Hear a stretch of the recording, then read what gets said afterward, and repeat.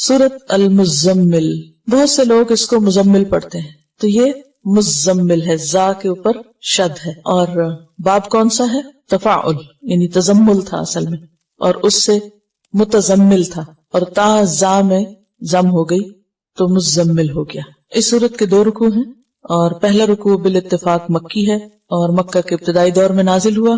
دوسرے کے بارے میں اختلاف رائے ہے، بعض کہتے ہیں کہ 1 سال کے بعد نازل ہوا، اور بعض کہتے ہیں کہ یہ مدینہ میں نازل ہوا۔ 20 آیات ہیں، 285 کلمات ہیں، 838 حروف ہیں۔ اس پارے کا چونکہ مرکزی مضمون دعوت اللہ ہے، تو اس صورت میں دعوت دینے والے کو جس اخلاق اور جس ہتھیار سے لیس ہونا چاہیے، اللہ کے ساتھ جیسا تعلق مطلوب ہے، اس کے بارے میں بات کی گئی ہے کہ داعی کی جو پرسنل خصوصیات ہیں، اس کی اپنی زندگی میں اس کا ذاتی رویہ اور اس کا علم اور اس کی عبادت اور اس کا تقوی اور جو اخلاق اس کے اندر ہونا چاہیے، اس کی یاد دہانی ہے اس میں، کیونکہ دعویٰ کا کام آسان کام نہیں، یہ ایک بھاری کام ہے، اور بھاری کام کے لیے ہمت بھی زیادہ چاہیے ہوتی ہے۔ جنوں کے اندر شاید ہم سے زیادہ طاقت ہے، اس لیے انہوں نے پہلی دفعہ ہی سن کر بھرپور کام شروع کر دیا، اور غلط خیالات پر بھی بھرپور تنقید، اور بھرپور طریقے سے میسج کنوے کر کے توحید کی بھرپور دعوت۔ اسی طرح انسان خواہ جسمانی طور پر کمزوری کیوں نہ ہو، لیکن اگر اس کا ایمان مضبوط ہے، وہ اندر سے مضبوط ہے، اس کا اللہ سے تعلق مضبوط ہے، تو پھر وہ بڑے بڑے جنوں سے نمٹنا جانتا ہے، جیسا کہ اس میں فرعون کا ذکر آئے گا، اور بالکل ابتدائی دور کی صورتوں میں سے ہے سورۃ المزمل۔ میں حیران ہو رہی تھی کہ شروع میں ہی اللہ سبحانہ وتعالیٰ نے فرعون کا ذکر کر دیا، کیونکہ نبی صلی اللہ علیہ وسلم کو مکہ میں ایسے ہی لوگوں سے واسطہ تھا، اور ہر ایک کے ایمان کے بقدر اس کا امتحان ہوتا ہے، امتحان بقدر ایمان، اور جتنا کسی کا ایمان مضبوط ہوگا اتنا ہی اس کا سخت امتحان ہوگا، اور جتنا اللہ سے تعلق مضبوط ہوگا اس میں کامیاب ہوگا۔ اور اس کامیابی کے لیے بے حد ضروری ہے کہ انسان کے اندر مضبوطی ہو، اور وہ مضبوطی آ نہیں سکتی جب تک انسان قرآن سے گہرا تعلق نہ رکھتا ہو، اور خاص طور پر رات کی نماز میں قرآن کی قرات کے ساتھ قیام کی عادت نہ ہو۔ یہ ایک ضروری خصوصیت اور ضروری شرط ہے جس کا ذکر یہاں ملے گا۔ یا ایھا المزمل، یا ایھا، یا کیا ہے؟ حرف ندا، اور ایھو کا معنی ہوتا ہے کون سا یا جون سا، جس، کس، یعنی ایھو کا لفظ ان معنوں میں استعمال ہوتا ہے، یا کیا، کون سا کیا، اور ہا جو ہے یہ حرف تنبیہ ہے، اور فصل کے لیے آتا ہے، فصل کا مطلب ہوتا ہے الگ کرنا۔ تو حرف ندا اور منادا کے بیچ میں جبکہ منادا معرف باللام ہو، یہ بات سمجھ آ رہی میری؟ منادا معرف باللام، معرف باللام کا کیا معنی؟ کہ ال کے ساتھ شروع ہو رہا ہو، تو ان کو باہم ملانے کے لیے درمیان میں آتا ہے ایھا۔ یا ایھا، اے وہ جو، المزمل، مزمل تزمل سے، باب تفاعل، اور اصل میں تھا متزمل، متفاعل کے وزن پر، تا کو زا میں مدغم کر دیا گیا، اور روٹ اس کا کیا ہے؟ زا ما لا، زا میم لام۔ اور تزمل کا معنی ہوتا ہے اپنے اوپر چادر یا کوئی کپڑا لپیٹنا۔ خطاب ہے نبی صلی اللہ علیہ وسلم سے، یا ایھا المزمل، اے کپڑے میں لپٹنے والے، اے چادر یا کمبل لپیٹنے والے۔ آپ کو مزمل سے کیوں خطاب کیا گیا؟ اس کی ایک وجہ تو یہ بیان کی جاتی ہے کہ نبی صلی اللہ علیہ وسلم نے جب پہلی مرتبہ جبریل علیہ السلام کو دیکھا تو آپ کے اوپر ایک بہت دہشت تھی اور خوف تھا اور لرزہ طاری تھا۔ آپ گھر پہ تشریف لائے اور حضرت خدیجہ سے کہا، زملونی زملونی، مجھے کمبل اڑھا دو، کمبل اڑھا دو، یعنی ایک طرح سے پروٹیکشن کے لیے اور اپنے آپ کو سمیٹنے کے لیے۔ اور یہ تو چونکہ نقطہ آغاز تھا، اس کے بعد ابھی مزید آپ پر ذمہ داری ڈالی جانا تھی، لہذا آئندہ جب آپ کو پکارا گیا تو اس نام سے پکارا گیا، اے کپڑا لپیٹنے والے۔ اور عربوں میں دستور یہ ہوتا ہے کہ جب کسی کو خطاب کیا جاتا ہے تو اس کے حال کا ذکر کر کے اس کو بلایا جاتا ہے، اور یہ ایک محبت کا انداز ہوتا ہے۔ مثلا اس کی بہت سی مثالیں آپ کو ملے گی۔ ایک مرتبہ حضرت علی رضی اللہ تعالیٰ عنہ حضرت فاطمہ سے کچھ رنجیدہ ہو گئے، کچھ ناراضگی ہو گئی، تو گھر چھوڑ کے مسجد میں چلے گئے اور مسجد کے فرش پر لیٹے ہوئے تھے، آپ کے جسم کے اوپر مٹی لگ گئی. نبی صلی اللہ علیہ وسلم حضرت علی کو تلاش کر رہے تھے اور کرتے کرتے جب مسجد میں گئے تو کہا یا ابا تراب، اے مٹی والے، یعنی یا مٹی میں لپٹے ہوئے یا لتھڑے ہوئے اٹھو تم. اسی طرح حضرت ابو ہریرہ جو تھے ان کو بلیوں سے بہت پیار تھا تو ان کا نام ابو ہریرہ رکھ دیا گیا.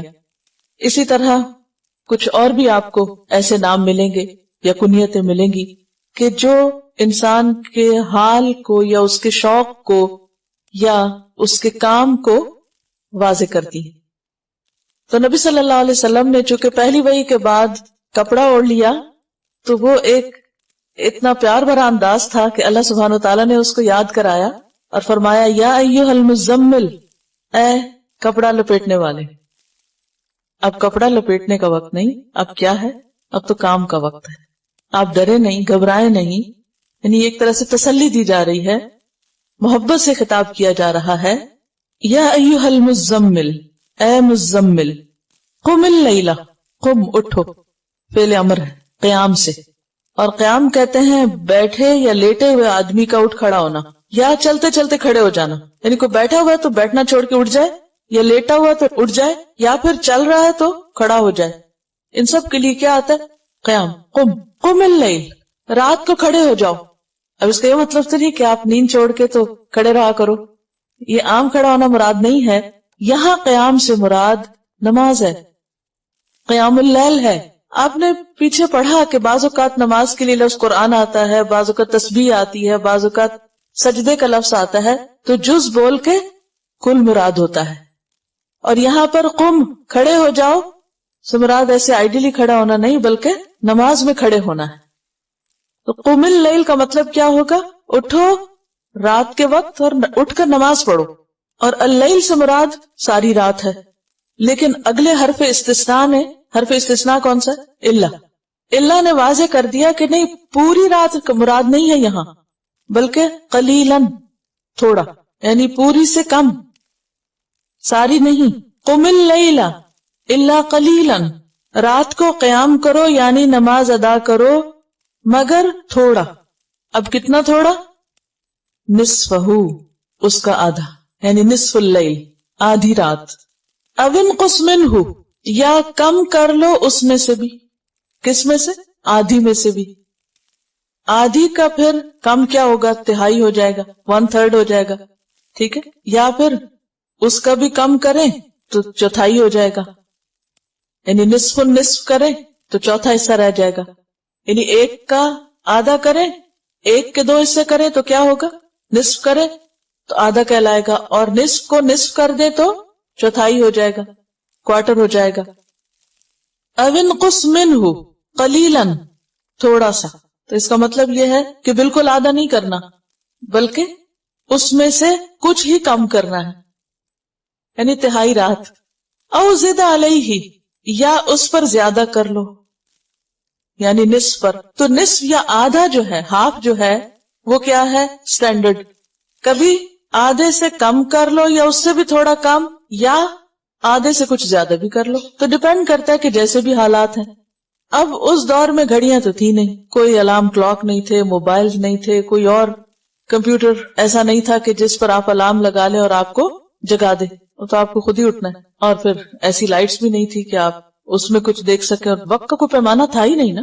ذرا آپ سوچیں، آج ذرا تصور کریں کسی ایسے دور کا کہ جہاں گھڑی نہ ہو. ہمارا تو سارا دن کس کے گرد گھومتا ہے؟ گھڑی کی سوئی کیا گھومتی ہے، اس سے زیادہ شاید ہم خود گھوم رہے ہوتے ہیں کاموں میں. اور ہر تھوڑی دیر بعد ہمیں وقت دیکھنے کی ضرورت ہوتی ہے کہ اچھا اب کہاں پہنچے ہم. لیکن اس دور میں کوئی گھڑی تھی ہی نہیں. اب کیسے پتا چلے آدھی رات ہو گئی؟ اب وہ ستاروں سے اندازہ لگاتے تھے. بعض اوقات یہ ہے کہ بادل ہوں تو وہ بھی نہیں پتا چلتا. آج کل بھی آپ دیکھیں بادل ہوں اور آپ گھڑی نہ دیکھیں تو آپ کی تو فجر بھی چلی جائے. تو اگرچہ اللہ سبحانہ وتعالیٰ نے ایک ایسا نظام انسان کے جسم کے اندر رکھا ہے کہ جسم کے اندر بھی ایک گھڑی ہے. اگر آپ اپنی عادتوں کے پابند ہوں تو وہ گھڑی آپ کو بھوک کا بھی بتا دیتی ہے کہ کھانے کا ٹائم ہو گیا. اگر آپ کی عادت درست ہو. یہ الگ بات ہے کہ کچھ لوگوں کی کوئی عادت نہیں ہوتی، ہر وقت کچھ کھاتے ہیں تو اس سے انہیں نہیں پتا چلتا اب کھانے کا ٹائم ہے یا نہیں. جیسے بچے آپ دیکھیں تو ان کے کھانے کے اوقات مقرر کرنا بہت مشکل ہوتا ہے کیونکہ ہر وقت کچھ کھاتے رہتے. اسی طرح سونے کے اوقات میں جن لوگوں کی کوئی ریگولیرٹی نہیں ہوتی، کبھی ساری رات جاگ رہے ہیں، کبھی کسی وقت سو رہے ہیں، کبھی کب سو رہے ہیں کب جاگ رہے ہیں، تو ان لوگوں کی زندگی میں پھر کوئی طریقہ نہیں ہوتا. لیکن جو لوگ اصولوں کے پابند ہوتے ہیں، فطرت پر ہوتے ہیں، وہ وقت پہ سوتے ہیں، وقت پہ جاگتے ہیں، تو ان کی ایک نیچرل گھڑیاں بھی بن جاتی ہیں. وہ اگر نہ بھی الارم لگائیں تو اس کے بغیر بھی اٹھ جاتے ہیں. تو پہلے دور کے لوگ فطرت پر تھے، سورج غروب ہونے کے بعد کچھ ضروری کام کاج کی اور سو گئے، اور پھر ایک مخصوص ضرورت ہوتی ہے، لینتھ آف ٹائم ہوتی ہے، جب انسان کی نیند پوری ہو جاتی ہے تو وہ خود بخود اٹھ جاتا ہے. تو اس گھڑی سے کام لینا ہوگا، اور اس میں یہ ہے کہ آدھی رات، اس سے بھی کم یا تھوڑا اس سے زیادہ. اور اس قیام میں کیا کرو؟ وَرَتِّلِ الْقُرْآنَ تَرْتِيلًا، اور آہستہ آہستہ پڑھو قرآن کو ترتیل کے ساتھ. آہستہ آہستہ پڑھنا، قرآن کو ٹھہر ٹھہر کر پڑھو. ترتیل. وَرَتِّلِ الْقُرْآنَ تَرْتِيلًا، اور ترتیل کا لفظ جو ہے یہ ریت لام سے ہے، اور رتلا کا معنی ہوتا ہے کسی چیز کی خوبی، آرائش اور بھلائی. اور ترتیل کیا ہے؟ سہولت اور خوبصورتی کے ساتھ، بہترین تناسب کے ساتھ کسی کلمے کو ادا کرنا، یعنی مناسب طریقے سے اس کو پڑھنا. تو بنیادی طور پر اس میں ٹھہر ٹھہر کر پڑھنا، آہستہ آہستہ پڑھنا، اطمینان سے پڑھنا، سوچ سمجھ کے پڑھنا، ایک ایک حرف کو واضح طور پر ادا کرنا، اور حسن ادائیگی کے ساتھ، ٹھہراؤ کے ساتھ قرات کرنا شامل ہے. ابن عباس کہتے ہیں کھول کر بیان کر کے پڑھنا. ترتیل کیا ہے؟ کھول کر پڑھنا. وَرَتِّلِ الْقُرْآنَ تَرْتِيلًا، یعنی قرآن کو جلدی جلدی نہ پڑھو، بے سوچے سمجھے نہ پڑھو، بلکہ پڑھنے میں اس کا حق ادا کرو. رتل القرآن ترتیلا. ابن مسعود کہتے ہیں کہ لا تنثرہ نثر الدقل ولا تہزہ ہز الشعر قفوا عند عجائبہ وحرقوا بہ القلوب ولا یکن ہم احدکم آخر السورہ. یعنی اس کا معنی کیا ہے کہ جس طرح تم جلدی جلدی ردی کھجوریں پھینکتے جاتے ہو، ہوتا کیا ہے کہ جب وہ کھجوریں رکھی ہوتی ہیں نا تو ان کو صاف کرنا ہوتا ہے، یا آپ چاول صاف کر رہے ہوتے ہیں تو کیا کرتے ہیں؟ جلدی جلدی چن کے کیسے پھینکتے ہیں ان کو، جو پھینکنے والی چیز ہوتی ہے کو پرواہ کرتے ہیں، دھیان کرتے ہیں؟ نہیں، اٹھایا پھینکا پھینکا پھینکا. اس طرح نہیں قرآن کو پڑھو، اور نہ اس طرح کہ جیسے بال کاٹتے جاتے ہو. کبھی بال کاٹتے دیکھے کیسے کینچی چلتی؟ اگر آپ نے کبھی کسی نائی کے پاس کھڑے ہو کر کٹنگ کا عمل دیکھا ہو تو اسی سے کہتے ہیں نا زبان کینچی کی طرح چلنا. تو کینچی کی طرح جیسے زبان چلتی ہے، تو اس طرح قرآن کے لیے کینچی کی طرح زبان مت چلاؤ، بلکہ کیا کرو، جب کوئی نادر نقطہ آ جائے تو ٹھہر جاؤ اور اپنے دل کو اس سے متحرک کرو، یعنی اپنے دل کو ہلاؤ اس سے. حرکو بھی.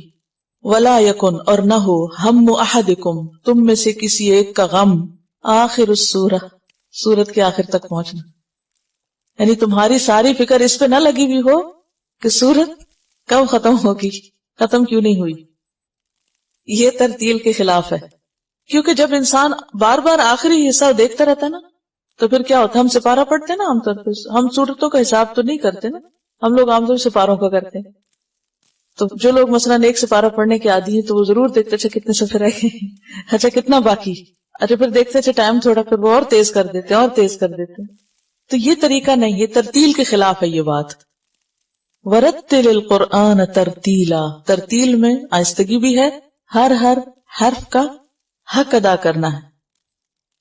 علقمہ نے ایک شخص کو اچھی آواز سے تلاوت کرتے ہوئے سنا تو اس نے کہا میرے ماں باپ اس پہ قربان، یہی ترتیل ہے. تو اس سے کیا پتا چلتا ہے کہ آہستگی کے ساتھ آواز کی خوبصورتی بھی شامل ہونی چاہیے. حسن بصری نے ایک شخص کو دیکھا، یہ اصل میں مختلف لوگوں کو اس لیے کوٹ کر رہی ہوں کہ آپ ان کے ذہن سے سوچیں کہ وہ ترتیل کا کیا معنی لیتے ہیں. پہلے تو لغت میں آپ نے دیکھا نا، لیکن عملی طور پر لوگوں نے ترتیل کو کس طرح سمجھا ہے، کیونکہ یہ حکم ہے نا، رتل، ایسا ہی پڑھو.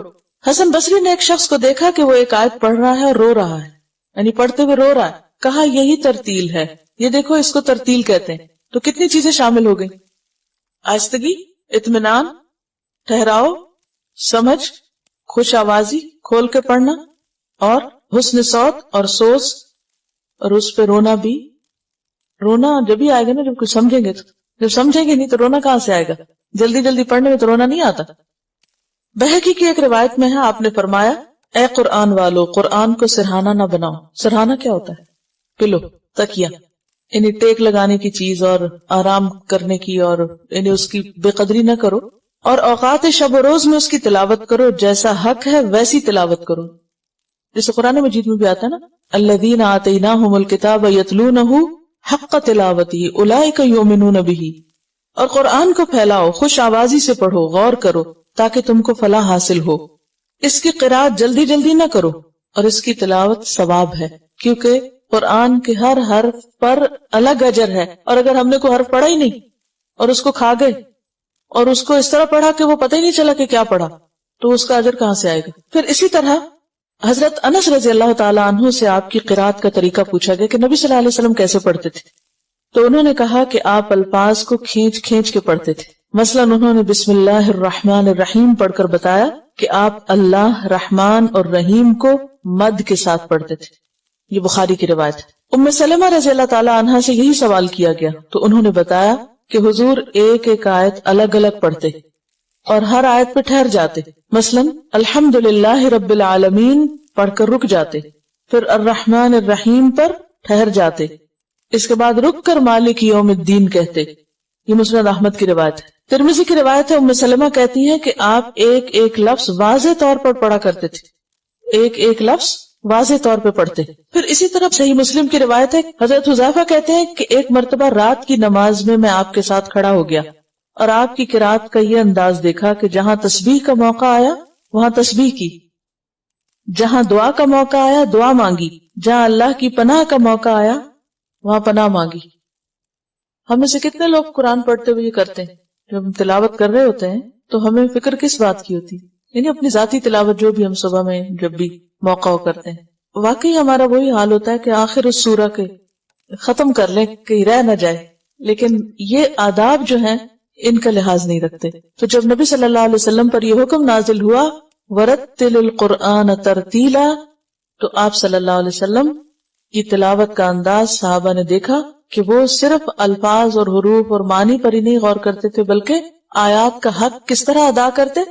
تسبیح کا ذکر آتا، جب حکم ہوتا کہ تسبیح کرو تسبیح کرتے، کوئی جہنم جنت کی بات ہوتی ہے تو اس کے مطابق دعا کرتے. تو یہ تھی آپ کی ترتیل. آپ کو یہ بھی پتہ چلا ہوگا کہ تجوید کس کو کہتے ہیں، کیونکہ ترتیل اور تجوید میں ایک ربط ہے نا. یہ اللہ کی ہمارے ساتھ بھلائی اور خیرخواہی ہے کہ یہ جو کچھ ہم پڑھ رہے ہیں یہ آپ کی حسن نیت ہے کہ واقعی آپ سنجیدگی سے اس کو سمجھنا چاہتے ہیں، تو اللہ تعالیٰ اسباب بھی ایسی پیدا کر دیتا ہے، ان چیزوں کو خود بخود جوڑ دیتا ہے، اور وہ ایک چیز کے بعد دوسری جب آتی ہے تو وہ اس کو ری انفورس کرتی اور زیادہ بہتر طور پر سمجھ میں آتی. تو یہ جو ترتیل ہے اور تجوید ہے اس کا اہتمام بہت ضروری ہے. قرآن قیامت تک کے لیے ایک معجزہ ہے، معجزہ خالدہ اس کو کہتے ہیں. زندہ کتاب ہے اور ہر روز کچھ نہ کچھ رہنمائی اس دن کے مسائل کے اعتبار سے ہوتی ہے. تو دہرا دیتی ہوں کہ رتلا کا معنی ہوتا ہے ترتیب سے ہونا، اور قرآن کو ٹھہر کر عمدہ طریقے سے پڑھنا، اور اگر عام باتوں کے لیے لفظ استعمال ہو تو ٹھہر ٹھہر کے اچھی طرح بولنا. اور خاص طور پر معلم کے لیے بہت ضروری ہے کہ جب وہ پڑھائے یا کچھ سکھائے تو بولنے کی رفتار کو لوگوں کی سمجھنے کی رفتار سے قریب رکھے، بہت تیز نہ بولے. تو یہ ترتیل کا لفظ قرآن مجید کے لیے تو ہے ہی، لیکن قرآن مجید کی تفسیر کرتے وقت یا تعلیم دیتے وقت بھی اس کا لحاظ رکھنا چاہیے اور اس پر عمل کرنا چاہیے. اور رتل کہتے ہیں عمدہ گفتگو کو. اور عمدہ گفتگو کون سی ہوتی ہے؟ جو دوسرے کی سمجھ میں آئے. نبی صلی اللہ علیہ وسلم کا طریقہ کیا تھا؟ صحابہ کرام کیا کہتے ہیں کہ ہم آپ کے منہ سے نکلنے والے الفاظ گن سکتے تھے، یعنی وہ الگ الگ ہوتے اور ہم ان کو گن سکتے تھے. اور یہی وجہ ہے کہ آپ صلی اللہ علیہ وسلم کی باتیں بھی محفوظ کر لی گئی، ورنہ احادیث کو جمع کرنا، روایت کرنا کتنا مشکل ہوتا. تو کلام رتل کہتے ہیں عربی میں خوبصورت کلام کو، آراستہ، خوبی والا.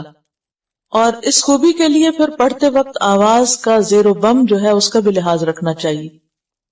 جہاں لمبا کرنا ہو وہاں لمبا کیا جائے، جہاں شد ہو اس کو اسی طور پہ پڑھا جائے، جہاں اخفاء اظہار ہو تو ان چیزوں کو بھی ملحوظ خاطر رکھا جائے.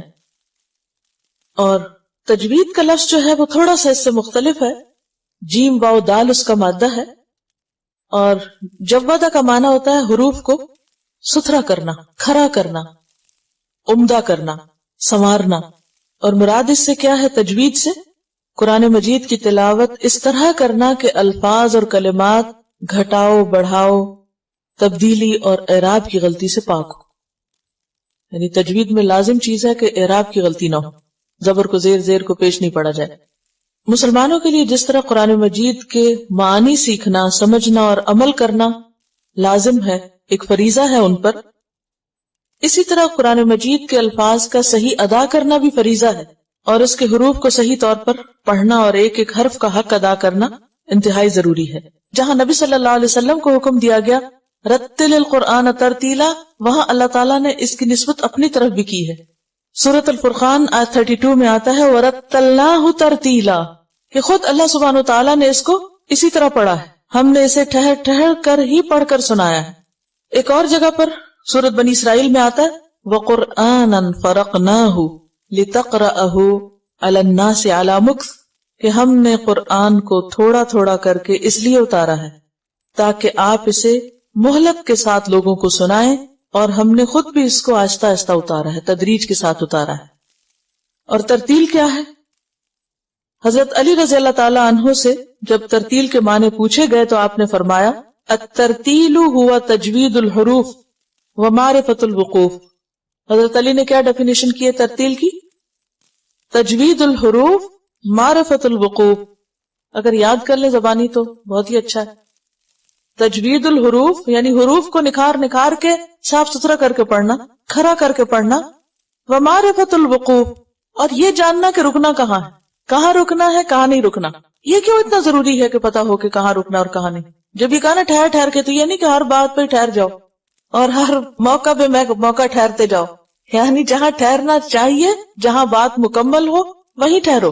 یہ ایک فن بھی ہے. فن سے مراد انجوائمنٹ نہیں، یہ مراد اس سے اردو والا فن، یعنی ایک سکل ہے اور ایک مہارت کی چیز ہے جس کے لیے انسان کو باقاعدہ کوشش اور محنت کرنی پڑتی. کوئی بھی ماں کے پیٹ سے یہ فن لے کے نہیں آتا.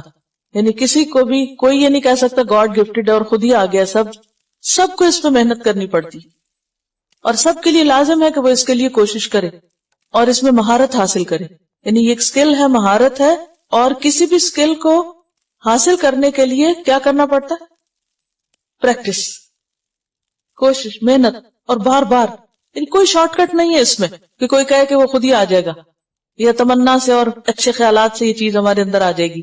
نہیں، اس کے لیے آپ کو ایکولی کوشش کر کے خود اپنا رول پلے کرنا پڑے گا، یعنی پارٹیسپیٹ کرنا پڑے گا. تو جو لوگ قرآن پڑھتے وقت یعنی تجوید کے وقت منہ نہیں کھولتے، یا یہ کہ ان حروف کو ادا کرنے کی ایفرٹ نہیں لگاتے، وہ نہیں سیکھ سکتے. یعنی بعض لوگ شاید تھکے ہوئے ہوتے ہیں یا وہ اس کو ضروری نہیں سمجھتے. تو صرف سننا کافی نہیں ہے. جب تک آپ ادا نہیں کریں گے اور پوری قوت سے نہیں کریں گے تو آپ اس کا حق ادا نہیں کر سکتے. یہ بے حد ضروری. ہمارے عام طور پر جب ہم چونکہ غلط پڑھنے کی عادت ہو چکی ہے تو لہٰذا پڑھتے ہوئے شرم آتی، ڈر لگتا ہے. تو بجائے اس کے کہ ہم لوگوں سے ڈریں، اللہ کا ڈر ہو. اور اللہ تعالیٰ سب سے زیادہ اس آواز پہ کان لگاتا ہے کہ جو نبی کی خوبصورت انداز میں قرآن کی پڑھی ہوئی آواز، یعنی جس آواز میں قرآن پڑھا جاتا ہے. اور یہ اللہ کا کلام ہے، اور جو شخص اس کو خوبصورتی سے پڑھتا ہے اللہ تعالیٰ کے قرب کا اس کے لیے ایک ذریعہ بنتا ہے. حدیث میں آتا ہے الماہر بالقرآن مع السفرۃ الکرام البررہ، قرآن کا ماہر مہارت رکھنے والے ملائک اور انبیاء کے ساتھ ہوگا. نبی صلی اللہ علیہ وسلم نے فرمایا زینوا القرآن باصواتکم، قرآن کو اپنی آوازوں سے زینت دو. ایک اور جگہ پر فرمایا من لم یتغن بالقرآن فلیس منا، جس نے قرآن خوش آوازی کے ساتھ نہ پڑھا وہ ہم میں سے نہیں. اب دیکھیں نا کہ آپ جس سے بلانگ کرتے ہیں، جس سے محبت کرتے ہیں، پھر اس کے طریقے بھی شوق سے اختیار کرتے ہیں. جس انسان کو جس کے ساتھ محبت ہو یا جس سے انٹرسٹ ہو، وہ خود بخود اس کی چیزوں اور اس کے طریقوں اور اس کے اسٹائل اور اس کے ہر چیز کو شوق سے اپنائے گا، اختیار کرے گا. اور وہ حدیث بھی کہ اللہ تعالیٰ کسی آواز پہ اس طرح کان نہیں لگاتے جتنا کہ نبی کی آواز پر، جب وہ با آواز بلند خوش الہانی کے ساتھ قرآن پڑھتے ہیں. حضرت عبداللہ بن عمر سے روایت ہے نبی صلی اللہ علیہ وسلم نے فرمایا قیامت کے دن صاحب قرآن سے کہا جائے گا قرآن پڑھتا جا، اقرأ ورتقی، اور چڑھتا جا، ترقی کرتا جا، یعنی جنت کے درجوں پہ اوپر سے اوپر جا. ورتل، اور آہستہ آہستہ پڑھنا، کما ترتل فی الدنیا، جیسے دنیا میں آہستہ آہستہ پڑھتے تھے. فَإِنَّ مَنزِلَكَ عِنْدَ آخِرِ آیَةٍ تَقْرَؤُهَا، تو تمہاری منزل وہ آخری آیت ہوگی جہاں تک تم پڑھو گے. اب اگر کوئی شخص تیز تیز پڑھتا ہے تو وہاں بھی جلدی جلدی پڑھ کے تو جلدی اس کی منزل آ جائے گی، اور جو آہستہ آہستہ پڑھتا ہے اس کے درجوں کی بلندی بھی اتنی زیادہ ہوگی. یہاں حفظ کی بات نہیں لکھی ہوئی، یہاں لکھا ہوا ہے صاحب قرآن سے کہا جائے گا اقرا، پڑھو. اور اقرا جو ہے دونوں طرح سے پڑھا جا سکتا ہے، زبانی بھی اور دیکھ کے بھی. اصل چیز جو ہے وہ ماہر ہونا ہے اس کا، اور obviously حفظ جو ہے وہ نمبر 1 ہی آ جاتا ہے مہارت کے لیے. لیکن اگر وہ موقع چلا بھی گیا ہے تو بھی امید کی جا سکتی ہے اس کو صحیح انداز میں پڑھ کر. حدیث میں حفظ کا لفظ نہیں آتا، بس صاحب قرآن کا آتا ہے، یعنی جس کا بھی قرآن کے ساتھ تعلق ہے. اصل میں اسی وجہ سے ہمارے ہاں ساری کوشش اور ایفرٹ جو ہے نا قرآن کی مہارت حاصل کرنے کی، وہ صرف حفظ کے ساتھ مخصوص کر دی گئی ہے. اسی لیے ماں باپ بچوں کو اگر قرآن سکھانے کا سوچتے بھی ہیں تو صرف حفظ کا سوچتے ہیں. ترجمے سے پڑھنا، پڑھانا، سمجھانا، سمجھنا، اس پہ غور و فکر وہ نہیں، دھیان میں بھی نہیں آتا. جبکہ صحابہ کرام تو ایک ایک آیت کے اوپر، حالانکہ وہ ان کی زبان میں اتر رہی تھی، پھر بھی غور و فکر کیا کرتے تھے. تو اصل میں یہ ہے کہ ہر زبان کا ایک لب و لہجہ ہوتا ہے اور ہر قوم کا اپنا ایک بولنے کا انداز ہوتا ہے. تو قرآن جس لہجے میں اترا ہے، جس زبان میں اترا ہے، اسی زبان اور لہجے میں پڑھنا ضروری ہے. ٹھیک ہے ہر انسان کا پھر وہ لہجہ پلٹنا مشکل ہوتا ہے، لیکن اگر بچپن میں کوشش کی جائے تو عربی لہجہ اختیار کرنا بھی مشکل نہیں. مگر انسان بڑے ہو کے بھی جتنی کوشش کرے کر سکتا ہے. پھر اصل چیز کوشش ہے، کوشش کے باوجود کوئی نہ کر سکے تو بھی دگنا اجر ہے. اصل میں بات یہ ہے کہ جب ہم حروف کو صحیح طور پہ ادا نہیں کرتے تو معنی بدل جاتے ہیں. یعنی اگر آپ سین اور صاد کو درست نہیں ادا کرتے یا ضاد اور زا کو نہیں، اب مثلا ضربہ کا معنی ہوتا ہے مارنا، اور ضربہ زا کے ساتھ پڑھے تو معنی ہوتا ہے مویشیوں کو باڑے میں بند کرنا. بالکل ہی معنی الٹ جاتا ہے. تو ابن الجزری کہتے ہیں کہ تجوید کے ساتھ تلاوت ضروری اور لازم ہے. جو شخص تجوید سے قرآن نہ پڑھے وہ گناہگار ہوگا. یہ عربی میں ان کا شعر ہے، والأخذ بالتجوید حتم لازم من لم یجود القرآن آثم لأنه به الإلہ انزلا، کیونکہ اسی کے ساتھ اللہ نے اس کو اتارا تھا. وہکذا منہ الینا وصلا، اور اسی طرح ہم تک پہنچا ہے، تو آگے بھی اسی طرح ہمیں پہنچانے کی ضرورت ہے. اور خاص طور پر اگر ہمارا انداز بہت عربی نہ بھی ہو سکے تو جو قرآن کا حق ہے اور جو اس کی ضروری اور اہم چیزیں ہیں ان کی پابندی ضروری ہے، یعنی جو فرض کے درجے میں آتی ہیں چیزیں. ایک حدیث میں آتا ہے کہ اللہ تعالیٰ محبت کرتے ہیں اس بات سے کہ قرآن کو اس طرح پڑھا جائے جس طرح یہ نازل کیا گیا. تو یہ کیسے پتہ چلے گا کہ ہم اس طرح پڑھ رہے ہیں؟ حضرت عائشہ کہتی ہیں نبی صلی اللہ علیہ وسلم قرآن کو آہستہ آہستہ اور الفاظ کو علیحدہ علیحدہ کر کے تلاوت کرتے تھے. اور پھر حضرت انس کی بات حضرت ام سلمہ کی آپ نے سنی. آپ نے وارن بھی کیا کہ قرآن کو عربوں کے لب و لہجے کے مطابق پڑھو، اہل فسق اور کبائر کے لہجے کی طرح نہ پڑھو، یعنی فاسقوں کے لہجے کی طرح نہ پڑھو. اور ایک اور چیز یہ ہے کہ جہاں اس کے پڑھنے میں آواز خوبصورت ہونی چاہیے، اہتمام سارے ہونے چاہیے، وہاں اپنے آپ پر بھی تھوڑی سی توجہ دینی چاہیے کہ پڑھتے وقت ایسی حرکتیں ہم نہ کریں کہ جس سے قرآن کے ادب میں خلل آئے. مثلا بہت زیادہ ماتھے پہ بل لے آنا یا پلکیں جھپکنا یا بہت گلا پھاڑ کے پڑھنا یا اس طرح کی جو شکلیں بنانا کہ جس سے انسان ان نیچرل سین ایک دکھائے، تو یہ بھی پسندیدہ نہیں. یعنی پڑھتے وقت خود بھی نیچرل رہے، ریلیکس ہو کر پڑھیں، منہ کو ٹیڑھا کر کے اور بہت گرجدار آواز میں، یا ان نیچرل نہیں ہو، یعنی بی نیچرل. بہت زیادہ خوبصورتی کس سے آتی ہے؟ جب آپ نیچرل رہتے ہیں، جو آپ ہیں وہی ہوتے ہیں. جب ہم اوپر ایک پریٹینڈ کرنے لگتے ہیں نا اور ایک خول چڑھا کے بولنے لگتے ہیں تو اس سے وہ خوبصورتی ختم ہو جاتی ہے. کیونکہ اللہ تعالیٰ نے ہمیں اس چیز کا تو مکلف نہیں کیا جو ہمارے بس میں ہی نہیں. اگر ہماری آواز یا ہمارا لہجہ بالکل ویسا نہیں تو اب ہم اس کو آرٹیفیشل نہ کر لیں، کوشش کر کے نیچرل رہنے دیں. وَرَتِّلِ الْقُرْآنَ تَرْتِيلًا، اور قرآن کو ترتیل کے ساتھ پڑھو. اِنَّا، بے شک ہم، یعنی اللہ سبحانہ وتعالیٰ کی طرف اس کا نسبت ہے. سنلقی، ان قریب ہم ڈالیں گے، علیک، آپ پر، یعنی محمد صلی اللہ علیہ وسلم پر. کیا ڈالیں گے؟ قولاً، ایک بات. اب یہ کیا بات ہے؟ بعض نے اس سے مراد قرآن لیا ہے، اس سے مراد قرآن ہے. بعض نے کہا کہ اس سے مراد نبوت کی ذمہ داری ہے، لیکن اصل بات یہ ہے کہ یہ قرآن ہی ہے. انا سنلقی علیک قولا ثقیلا، ہم آپ پر بہت وزنی بات ڈالنے والے ہیں. ثقیل، ثقل، ثقیل کس کو کہتے ہیں؟ بھاری کو، بوجھل. تو قرآن کو یہاں کیا کہا جا رہا ہے کہ قرآن ایک بہت وزنی چیز ہے، جس کے بارے میں آپ پڑھ بھی چکے ہیں کہ لو انزلنا هذا القرآن على جبل لرأيته خاشعا متصدعا من خشية اللہ. لیکن یہ کب ہلکا ہو جاتا ہے، آسان ہو جاتا ہے؟ جب انسان شوق سے اور دل لگا کر اس کو سیکھتا ہے. وَلَقَدْ يَسَّرْنَا الْقُرْآنَ لِلذِّكْرِ فَهَلْ مِن مُدَّكِرٍ. بالکل ایسے ہی کہ نماز بھاری ہے. وَإِنَّهَا لَكَبِيرَةٌ إِلَّا عَلَى الْخَاشِعِينَ. جو خاشع لوگ ہیں ان پہ نماز بھاری نہیں، وہ ان کے لیے کیا ہوگی؟ بہت ہلکی ہو جائے گی، کیونکہ انہیں اس میں لذت آنے لگتی ہے نا. تو جس کو قرآن پڑھ کر لطف آنے لگتا ہے، جو اس کا ٹیسٹ ڈیولپ کر لیتا ہے، قرآن پھر اس کو بھاری نہیں لگتا، اس کو بوجھل نہیں لگتا، وہ بور نہیں ہوتا اس سے، وہ تھکتا نہیں، وہ اس کے لیے قولاً ثقیلا نہیں رہتا. یعنی اپنے اصل کے اعتبار سے قرآن واقعی بہت بھاری چیز ہے اور بہت غضب کی چیز ہے، لیکن جب انسان اس سے مانوس ہو جاتا ہے، اس کو سمجھنے لگتا ہے اور اس کے ساتھ سہولت سے اس کو پڑھنے لگتا ہے، تو پھر یہی چیز اس کے لیے دل کی بہار بن جاتی ہے. ان تجعل القرآن ربیع قلبی ونور بصری وجلاء حزنی وذہاب ہمی وغمی. تو پھر یہ قرآن انسان کے لیے بوجھ نہیں رہتا، اس کو اپنے لیے ایک مصیبت نہیں سمجھتا. انا سنلقی علیک قولا ثقیلا. اور اگر دیکھا جائے تو وہی اترنے کے اعتبار سے بھی یہ بہت ثقیل تھا، یعنی اس کا اترنا جو تھا وہ بھاری تھا. اس میں آپ نے وہ حضرت زید بن ثابت کی روایت پہلے بھی کبھی سنی ہوگی کہ آپ صلی اللہ علیہ وسلم ان کے پاس بیٹھے ہوئے تھے اور آپ کا یہ جو زانو یا گھٹنا تھا وہ ان کے گھٹنے پر تھا. بعض اوقات ہوتا ہے جگہ تنگ ہوتی ہے تو دو لوگ پاس پاس بیٹھے ہوئے ہیں تو ایک کا گھٹنا دوسرے کے اوپر آ جاتا ہے. تو آپ اسی طرح بیٹھے ہوئے تھے کہ وہی نازل ہونے لگی. حضرت زید کہتے ہیں کہ مجھے لگتا تھا کہ آپ کے گھٹنے کے بوجھ سے میرا گھٹنا ٹوٹ جائے گا، آپ کے زانوں کے بوجھ سے میرے زانوں ٹوٹ جائے گی، میری ٹانگ ٹوٹ جائے گی. حضرت عائشہ فرماتی ہے کہ سخت سردی کے موسم میں وہی جب نازل ہونے لگتی تو آپ کے چہرے سے پسینے کی لڑیاں بہنے لگتی تھی.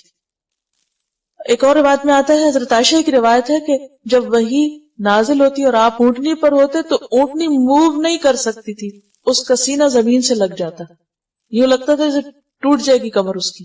یعنی جس وقت وحی اتر رہی ہوتی تھی تو اس کا اترنا قولاً ثقیلا تھا، اس کا فزیکلی بھی اس کا بہت بوجھ ہوتا تھا. آپ کے اپنے جسم پر یعنی ایک شدید قسم کی مشقت ہوتی اور آپ کے اوپر بوجھ پڑتا تھا باقاعدہ، اور وہ بوجھ اگر کوئی اور قریب ہوتا تو اس کو بھی محسوس ہوتا تھا. انا سنلقی علیک قولا ثقیلا. ایک بہت اہم نقطہ ہے کہ ماں باپ کی بہت خواہش ہوتی ہے کہ بچے حافظ بنے، ہر ماں باپ کی ہوتی ہے ایک طرح سے، یعنی جن کو بھی ذرا دین سے محبت ہوتی ہے، اللہ سے محبت ہوتی ہے، ان کا دل چاہتا ہے کہ ان کے بچے حافظ بنے. خود چاہے کچھ نہ پڑھیں لیکن بچوں کے حفظ کا سب کو شوق ہوتا ہے. اکثر ماں باپ سے میں نے یہ سنا ہے جو بچوں کو حفظ کراتے ہیں کہ بڑا مشکل ہے، بچے ہاتھ نہیں آتے، بچے بہت زیادہ شرارتی ہو گئے ہیں، یا بچے سیکھنا نہیں چاہتے. بلکہ اس دفعہ جب نگٹ میں درس تھا تو ایک خاتون آئی اپنے بچوں کو لے کر کہنے لگی کہ میں ان کو حفظ کرا رہی ہوں لیکن یہ بچے آگے سے ضد کرتے ہیں، کہتے ہیں آپ ہمیں کیوں مجبور کرتی ہیں، ہمارے لیے بہت بھاری ہے، بہت مشکل ہے. اور یہ ایک حقیقت ہے کہ ہے بھاری کلام، آسان نہیں ہے. اگر آپ میں سے کوئی بھی اس ان ناشئۃ اللیل، ان بے شک ناشئۃ اللیل رات کا اٹھنا، کھڑا ہونا، نشا کا مطلب ہوتا ہے نا پیدا ہونا، یعنی پودے کا اگنا، نشو نما بھی اسی سے ہے. آپ نے کبھی بیج سے تنا کھڑے ہوتے دیکھا؟ یوں لگتا ہے نا جیسے جھکی ہوئی چیز سیدھی کھڑی ہو گئی، یوں لگتا ہے جیسے کوئی سویا ہوا تھا اٹھ کھڑا ہوا. یعنی بیج سے جب پودا بن کے نکل رہا ہوتا ہے نا تو پہلے وہ ایسے جھکا ہوا ہوتا ہے، پھر وہ سیدھا کھڑا ہو جاتا ہے، جیسے کوئی سوئی ہوئی چیز، باقاعدہ لگتا ہے کہ سوئی ہوئی چیز جاگی ہے. جب انسان سو کر اٹھتا ہے تو وہ بھی پہلے یعنی آدھا اٹھتا ہے، پھر اٹھتا اٹھتا کھڑا ہوتا ہے، بیٹھتا ہے پہلے. اب لیٹے ہوئے کھڑے نہیں ہو سکتے بلکہ کیا کرتے ہیں، لیٹ کے بیٹھتے پھر کھڑے ہوتے ہیں. تو یہ ہے اٹھنا. تو ناشئہ ہوتا ہے اناشئہ، عافیہ کی طرح سو کر اٹھنا، سوئے بغیر اٹھنا نہیں. کیا بیٹھے ہوئے تو بیٹھے ہوئے، وہ کیا تھا قم اللیل ہے. اور یہ کیا ہے ناشئۃ اللیل، وہاں قم اللیل یا ناشئۃ اللیل ہے. بعض لوگ کہتے ہیں نا اچھا ہم رات دیر تک جاگتے ہیں پھر تہجد پڑھ لیں، بے شک پڑھ لیں، نفل تو آپ کبھی بھی پڑھ لیں گے، مگر جو اصل تہجد ہے وہ سو کر اٹھنے والے ہیں، سو کر اٹھ کے پڑھے جاتے ہیں. تو یہاں اسی کا ذکر ہے. ناشئۃ اللیل رات کو کھڑے ہونا یعنی سونے کے بعد اٹھنا، نیند توڑنا. ہی اشد وطئا ہیا وہ یعنی یہ عمل جو ہے اشد بہت شدید ہے، اور شدید کا معنی کیا ہوتا ہے؟ قوی، مضبوط. ٹھیک ہے، سخت معنی ہے، ٹھیک ہے یہ معنی بھی، لیکن قوت کا معنی یاد رکھا کرے شدت میں، شدید میں. یہ اشد نہایت سخت ہے، بہت مضبوط ہے. وطئن نفس کو چلنے میں. وطئن کا لفظ جو ہے وطأ کا معنی ہوتا ہے کسی چیز کو پاؤں کے نیچے روندنا، اور وطئن کا معنی تکلیف، مشقت، دشواری. یعنی بہت دشوار ہے، بڑا مشکل کام ہے. ایک معنی تو یہ ہوا. اور پھر وطأ کا معنی پاؤں کے نیچے روندنا اگر ہوا تو اس سے مراد کیا ہے کہ کچلنے کے اعتبار سے. لیکن کس کو کچلنا ہے یہاں؟ اپنے آپ کو. نفس کشی کے اعتبار سے، اپنے نفس کو سیدھا کرنے کے اعتبار سے بہت مفید نسخہ ہے، کیونکہ اس وقت سارے کام نفس کے خلاف ہوتے. سب سے پہلے تو اٹھنا، آنکھیں کھولنا، اور پھر گرم بستر چھوڑنا، پھر وضو کرنا، اور پھر قیام کرنا. کہاں لیٹے ہوئے تھے اور اب آپ کھڑے ہیں، اور پھر سارے ہی سو رہے ہوں تو اس وقت اٹھنا، اور پھر قرآن بھی پڑھنا، اور پھر کھڑے ہو کر پڑھنا، اور پھر رتل القرآن ترتیلا کرنا، سمجھنا بھی اور خوبصورت آواز بھی اور صحیح پڑھنا بھی، اور پھر جہاں جیسی آیات ہیں اس کے مطابق پڑھنا. یہ واقعی نفس کی اصلاح کا بہترین نسخہ ہے، کارگر، مؤثر ترین، مجرب نسخہ ہے. اور ایک داعی کے لیے، دین کی دعوت دینے والے کے لیے ایک لازمی انگریڈینٹ، اس کی زندگی کا لازمی حصہ. اس کے بغیر کام نہیں ہو سکتا. جب آپ کا اپنا ہی اللہ سے تعلق کچا ہے، آپ لوگوں کو کہاں سے جوڑنے چلیں؟ اگر آپ خود اللہ سے مضبوط تعلق رکھتے ہیں قرآن کے ذریعے، نماز کے ذریعے، تو لوگوں کو بھی اللہ سے جوڑ لیں گے. اور اگر آپ کی اپنی زندگی میں نہیں تو پھر باتیں جو ہیں وہ ہلکی ہو جاتی ہیں، پھر اوپر اوپر رہتی. تو ان ناشئۃ اللیل ہی اشد وطئن. اور وطئن کا لفظ اگر معاطات سے ہو یعنی با مفعلہ سے، تو اس کا معنی ہوتا ہے کان اور دل کی موافقت، یعنی جو انسان بول کے سن رہا ہو وہ دل میں بھی جا رہا ہو.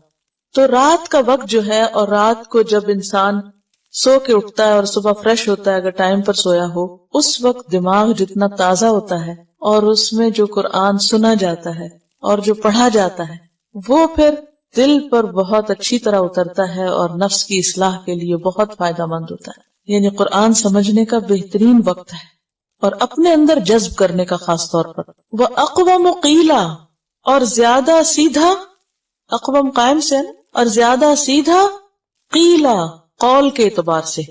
یعنی انسان کو جب خود اچھی سمجھ آتی ہے تو پھر اسے دوسرے کو بات سمجھانا بھی آسان ہو جاتا ہے، بات میں بھی مضبوطی آتی ہے کیونکہ کلیئر انڈرسٹینڈنگ ہوتی ہے انسان کی اپنی.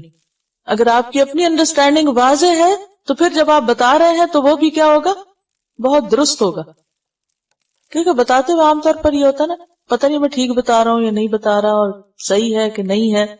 تو یہ کانفیڈنس کہاں سے ملتا ہے؟ تہجد کی نماز سے ملتا ہے. اور پھر آپ دیکھیے کہ قیلا کا لفظ جو ہے، چونکہ قیل قول کے لیے آتا ہے، بات کے لیے، تو بات میں پھر سب سے پہلے تو اس سے انسان کا اپنا بولنا بھی مراد ہے اور قرآن بھی مراد ہے، یعنی اللہ کا قول. یعنی قرآن سمجھنے میں، قرآن میں غور و فکر کے لیے بہت ہی مناسب طریقہ ہے. اور یہ حقیقت ہے، اگر آپ روز کا سبق صبح تہجد میں ترتیل کے ساتھ پڑھیں، آپ دیکھیں گے کیسے معنی سمجھ آتے ہیں. جو فریش مائنڈ ہوتا ہے نا انسان کا، ایسے ایسے اور آئیڈیاز آ رہے ہوتے ہیں کہ جو دن کے جمیلوں میں نہیں آتے. اس وقت گہرے قسم کے خیالات آتے ہیں کیونکہ سکون ہوتا ہے نا، یکسوئی ہوتی ہے. تو تھوڑا سا انسان اپنی عادات کی اصلاح کر لے، ذرا جلدی سونے کی فکر کرے تو نیند بھی پوری ہو جاتی ہے اور اٹھنا بھی آسان ہے. ان ناشئۃ اللیل ہی اشد وطئا واقوم قیلا. اور پھر آپ دیکھیے کہ رات کے وقت جو دعائیں قبول ہوتی ہیں اور اللہ کا قرب جو نصیب ہوتا ہے، حدیث میں آتا ہے جب رات کا تیسرا حصہ رہ جاتا ہے تو ہمارا پروردگار پہلے آسمان پر اجلال فرماتا ہے اور فرماتا ہے کون ہے جو مجھ سے دعا مانگ رہا ہے کہ میں اس کی دعا قبول کر لوں، کون ہے جو مجھ سے سوال کر رہا ہے میں اس کو دوں، کون ہے جو گناہوں کی معافی چاہتا ہے میں اس کو معاف کر دوں، بخش دوں. اللہ تعالیٰ خود پکارتے ہیں. اللہ تعالیٰ متوجہ ہے آپ کی طرف، اس وقت تڑپ کر اٹھیں، ترس کر اٹھیں اور خوب مانگے. وَبِالْأَسْحَارِ هُمْ يَسْتَغْفِرُونَ.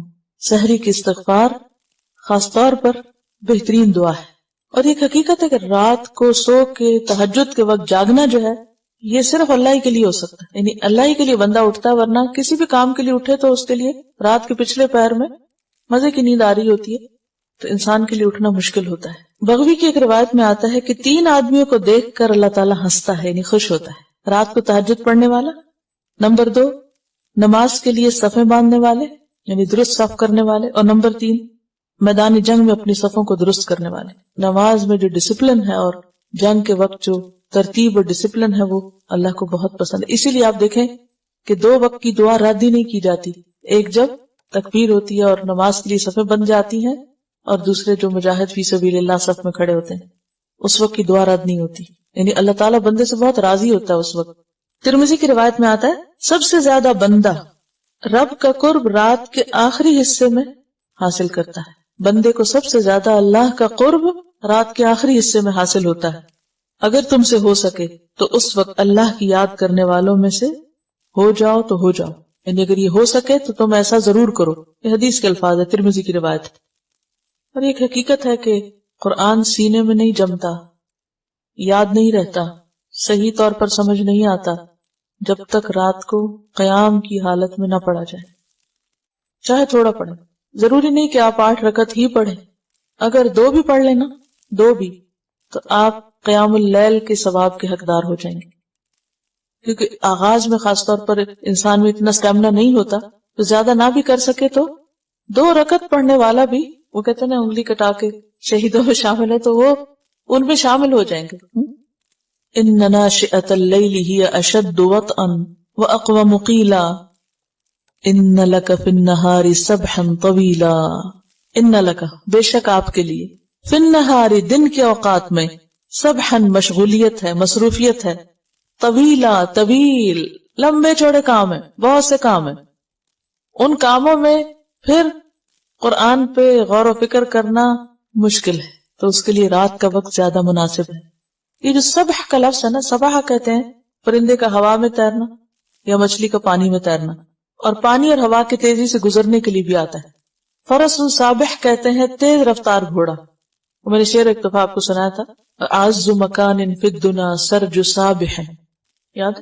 سب سے عزت والی جگہ، اعز مکان فی الدنیا، دنیا میں، سرج سابح تیز رفتار گھوڑے کی کاٹھی ہے یا اس کے اوپر بیٹھنا ہے. یعنی سب سے بیسٹ سیٹ وہ سیٹ کیوں کہا گئی کہ سب سے عزت والی جگہ ہے وہ. جہاد فی سبیل اللہ کے لیے اس دور میں گھوڑے استعمال ہوتے تھے، یعنی اللہ کے راستے میں نکلنے کے لیے.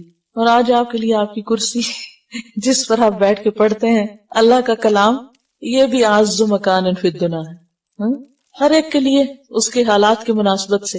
اور اصل میں بات یہ ہے کہ جن جگہوں پر، جس مقام پر بیٹھ کر کوئی اللہ کا ذکر کرتا ہے اور ان جگہوں کو اللہ کے ذکر کے لیے خاص کر لیا جاتا ہے، جیسے مساجد ہیں، کل ان کے بارے میں پڑھا، تو ان جگہوں کی بھی اور ان چیزوں کی بھی اپنی ایک ویلیو ہو جاتی ہے، ان کے ساتھ بھی ایک خاص قسم کی اٹیچمنٹ ہو جاتی ہے. اور اس شعر کا دوسرا حصہ ہے وہ خیر جلیس فی الزمان کتاب، اور بہترین دوست زمانے میں کتاب ہے.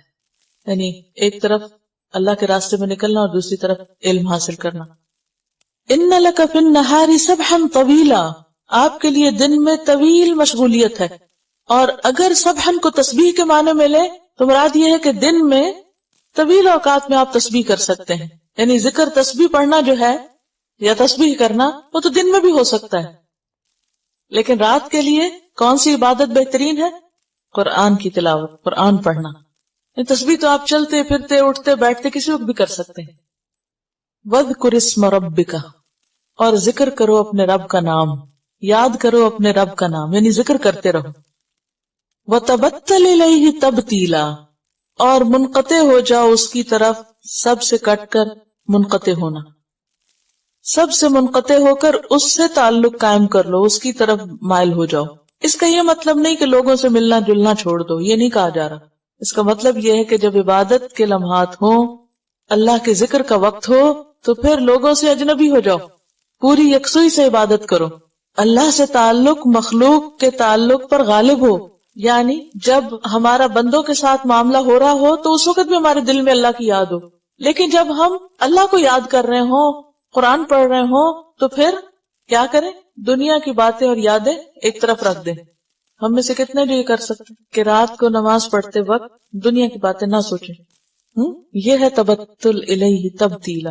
یا یہ نہیں کہا گیا کہ آپ دنیا چھوڑ دیں، تارک دنیا فقیر بن جائیں اور نہ شادی کریں اور نہ ہی دنیا کا کوئی کام نہیں ہو. تو حدیث میں واضح طور پر آتا ہے ان لنفسک علیک حق، ان لاہلک علیک حق وان لضیفک علیک حق.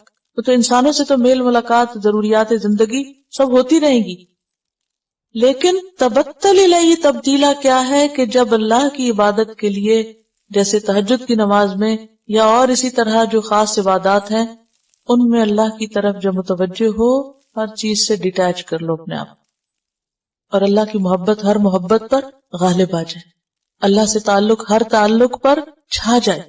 اور بطلا کا لفظ ہے نا، تبتل کا لفظ، یہ بھی باب تفاعل ہے. بطلا کہتے ہیں کسی چیز کو کاٹ کر کسی سے جدا کرنا، کسی چیز کو کاٹ کے دوسرے سے الگ کرنا، یعنی اپنے آپ کو لوگوں سے، بندوں سے کاٹ کر، ہٹا کر الگ اللہ کی عبادت کے لیے خالص ہو جاؤ. یعنی خاص طور پہ تہجد کے وقت یہ ممکن ہے نا کہ آپ بچے، شوہر اور سب کو چھوڑ کر، کوئی ٹیلی فون نہیں اس وقت، کوئی کمپیوٹر نہیں کھلا، کچھ انٹرپشن نہیں، کیونکہ سب کو پتہ ہے لوگ سو رہے ہیں، ڈسٹربنس نہیں ہوتی. تو اس وقت کیا کریں؟ پھر جب آپ مصلی پہ کھڑے ہوں یا قرآن کھولیں، پھر ادھر ہی دھیان ہو، پھر اور باتیں چھوڑ دیں ادھر ادھر، اپنے آپ کو کاٹ کر فوکس کریں. یعنی یہ انتہائی ضروری ہے کہ انسان کی زندگی میں اس کے اپنے لیے اور اپنے اور اللہ کے بیچ میں ایسے اوقات اور لمحات ہو کہ جب کوئی اور تیسرا نہ ہو وہاں. یہ بہت ضروری ہے، کیونکہ اسی سے آپ کو قوت ملتی ہے، اسی سے آپ کو اللہ کے ساتھ ایک مضبوط تعلق ملتا ہے. اور اگر اس وقت بھی اور باتیں آپ سوچ رہے ہیں تو پھر آپ کہیں بھی یکسو نہیں ہو سکتے. اور پھر کہوں گی جدید ریسرچ کے مطابق، معلوم نہیں صحیح ہے یا غلط ہے، لیکن ریسنٹلی پھر میں نے پڑھا ہے کہ خواتین کا جو دماغ وہ ملٹی ڈائمینشنل ہوتا ہے، وہ ایک جگہ پر فوکس نہیں کر سکتا، وہ ایک وقت میں بیک وقت کئی باتیں اس کے اندر چل رہی ہوتی ہیں. لیکن مرد جو ہے وہ ایک وقت میں جب ایک کام کرتے تو وہ اس کے اندر فوکس کرتے ہیں. ان کے لیے ڈسٹریکشن کے اتنے مسائل نہیں ہیں جتنی خواتین کو فطری اعتبار سے بھی ہے، کیونکہ وہ اس کا بھی سوچ رہے ہیں، اس کا بھی، اس کا بھی، اس کا بھی. بعض اوقات ایسا ہوتا ہے کہ جیسے انسان پڑھ رہا ہوتا ہے نا، ادھر سے پڑھ رہا ہے، ادھر سے سن رہا ہے، ادھر سے کچھ کر رہا ہے، ادھر سے 4-5 کام ایک وقت میں چل رہے تھے نا. آپ لوگ سبق یاد کرتے ہوں گے، دیکھے ہی ہوگا، کتابوں کے علاوہ 4-5 مختلف قسم کے کام بھی چل رہے ہوتے ہیں. آپ پڑھ رہے ہیں، اتنے فون آ گیا، اچھا وہ اٹینڈ کیا، اچھا وہ رکھا، تو اچھا یہ کسی نے کچھ کہہ دیا، ادھر سے کوئی آ گیا، ادھر سے کچھ اور دیکھ لیا. تو یہ ایک نعمت بھی ہے الحمدللہ کہ دن کے اوقات میں اس سے بہت فائدہ بھی ہو جاتا ہے کہ ساتھ مینج کر لیتا ہے انسان، لیکن رات کے اوقات میں اس عادت سے چھٹکارا کر لیں. وَاذْكُرِ اسْمَ رَبِّكَ وَتَبَتَّلْ إِلَيْهِ تَبْتِيلًا. رب المشرق والمغرب، رب ہے مشرق اور مغرب کا. لا الہ الا ہو، اس کے سوا کوئی الہ نہیں. فَاتَّخِذْهُ وَكِيلًا، پکڑ لو اس کو وکیل، بنا لو اسی کو وکیل. وکیل کون ہوتا ہے؟ جس کے سپرد انسان اپنا معاملہ کر دیتا ہے. ابو ذر غفاری کہتے ہیں آپ صلی اللہ علیہ وسلم نے فرمایا، ترک دنیا اس کا نام نہیں کہ تم اپنے اوپر اللہ کی حلال کی ہوئی چیزوں کو حرام کر لو، یا جو مال تمہارے پاس ہو اسے خواہ مخواہ اڑا دو کہ ہم اللہ پہ بھروسہ کرتے ہیں اور اللہ کی طرف کٹ کے سب سے متوجہ ہو رہے ہیں. بلکہ ترک دنیا اس کا نام ہے کہ تمہارا اعتماد اللہ کے ہاتھ میں جو کچھ ہے اس پہ زیادہ ہو بنسبت اس کے جو تمہارے اپنے ہاتھ میں ہے. تو یہ دونوں چیزیں جو ہیں تبتل الیہ تبتیلا اور فاتخذوا وکیلا، یہ آپس میں جڑی ہوئی ہیں. یعنی اصل زہد کیا ہے؟ لوگوں سے بالکل منہ نہیں موڑ لینا. جو لوگوں کے پاس ہے، لوگوں کے ہاتھ میں ہے، اس سے بے نیاز ہونا. لوگوں پر بھروسہ نہیں کرنا، بھروسہ اللہ پہ کرنا، اپنے معاملات اس کے سپرد کر دینا. اور آپ دیکھیے کہ اس سے پہلے یہ جو الفاظ آئے نا، رب المشرق والمغربی لا الہ الا ہو، سب کچھ تو اس کے پاس ہے. مشرق اس کا، مغرب اس کا ہے، تو مشرق اور مغرب کے بیچ میں جو کچھ ہے اس کا ہے. لہٰذا اپنا آپ اس کے حوالے کرو، اپنی پریشانیاں. اور آپ یقین کریں کہ تبتل الیہ تبتیلا ہو نہیں سکتا جب تک آپ فاتخذوا وکیلا نہ کریں. کیونکہ کیا چیز ہمیں روکتی ہے تبتل سے؟ وہ جمیلے دنیا کے.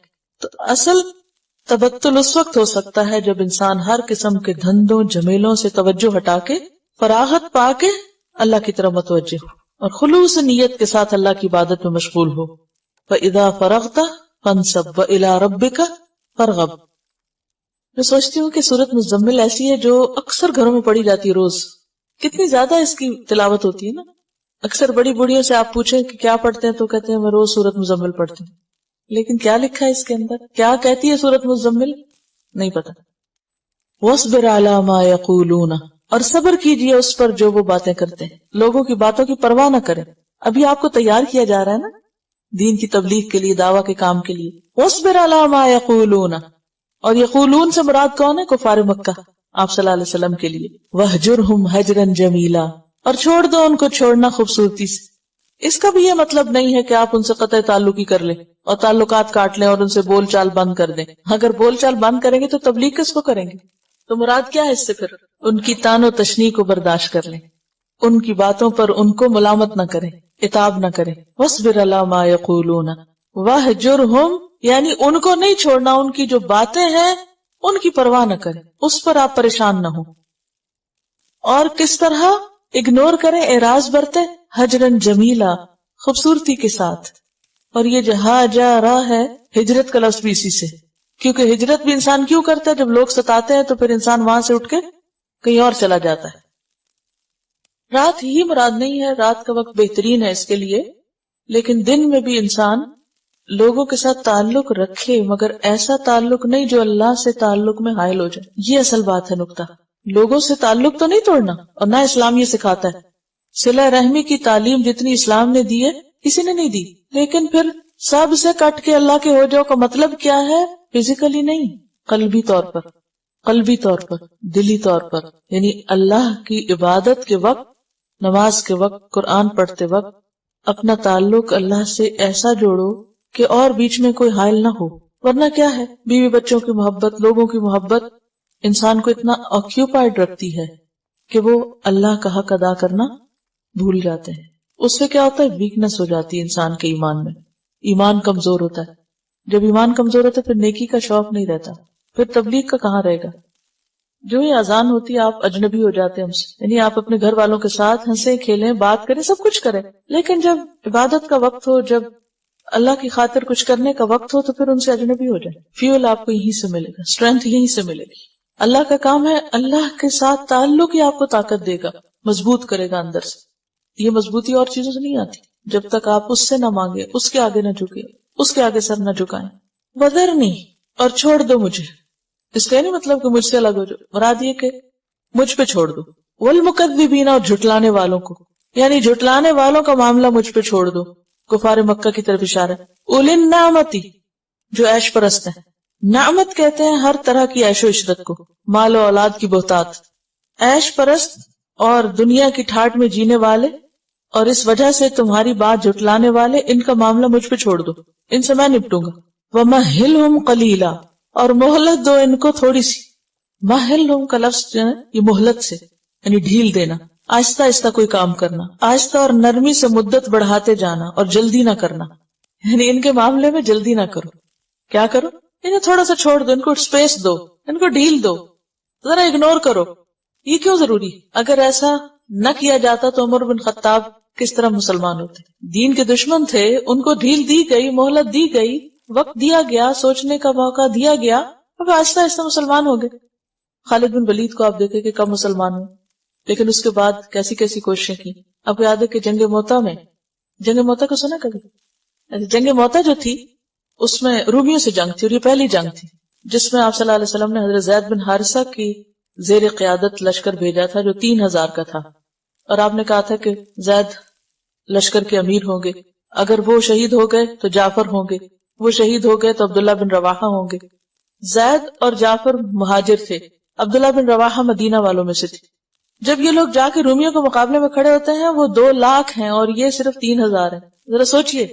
اور عربوں نے اس سے پہلے کبھی اتنی تعداد میں فوج دیکھی نہیں تھی، کیونکہ عرب بہت تعداد میں کم تھے، کیونکہ دور دور قبیلے، مجموعی تعداد بھی ان کی کم تھی۔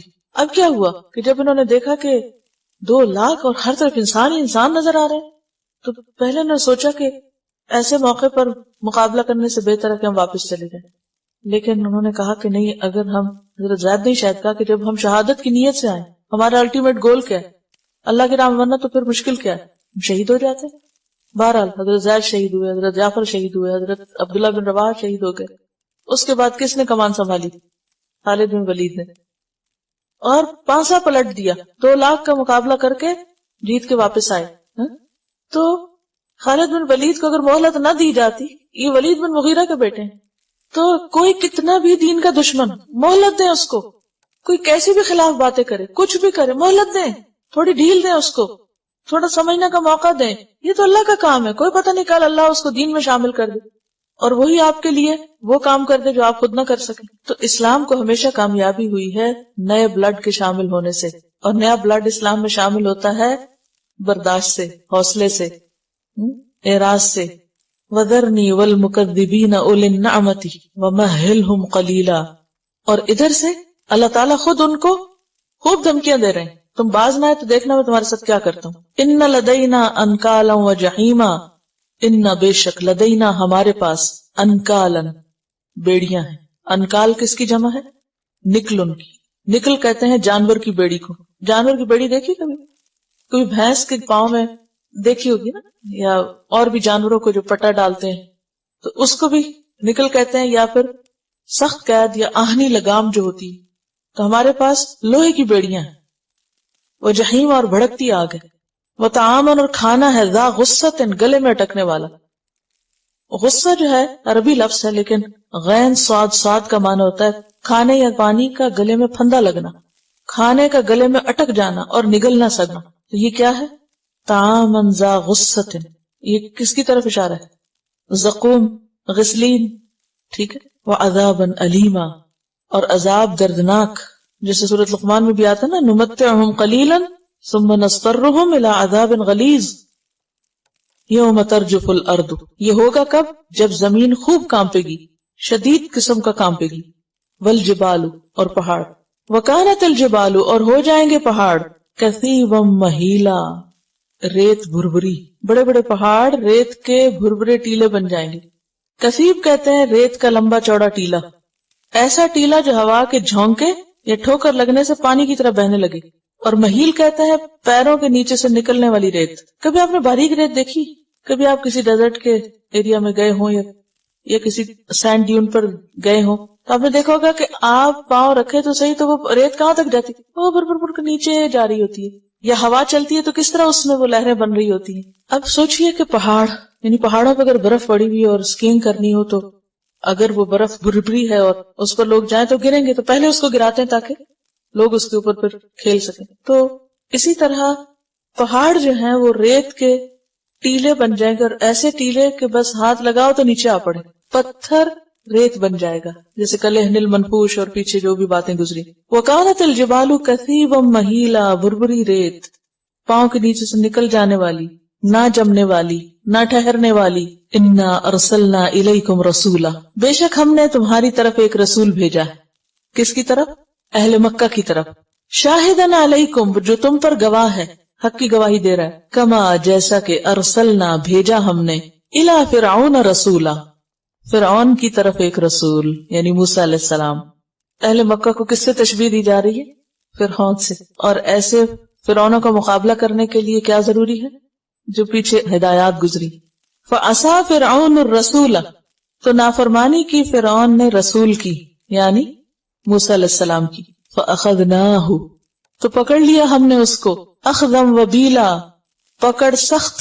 وبیل کا لفظ دوسرے طریقے سے پیچھے 2 دفعہ گزرا ہے. کیا؟ وبال اور وابل. ٹھیک ہے. اب روٹ سیکھنے کا یہی فائدہ ہوا آپ کو کہ آپ نے ملتے جلتے الفاظ پہچان لیے.